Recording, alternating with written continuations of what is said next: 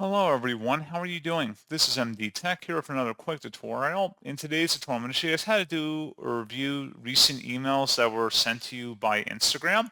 So this should hopefully be a pretty straightforward process here, guys. And without further ado, let's go ahead and jump right into it.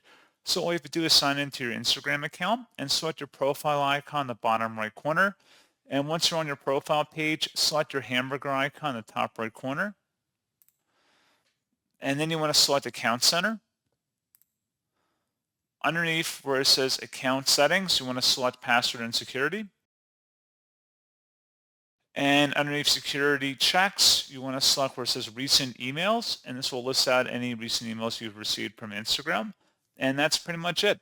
So as always, thank you guys for watching this brief tutorial. I do hope that I was able to help you out, and I do look forward to catching you all in the next tutorial. Goodbye.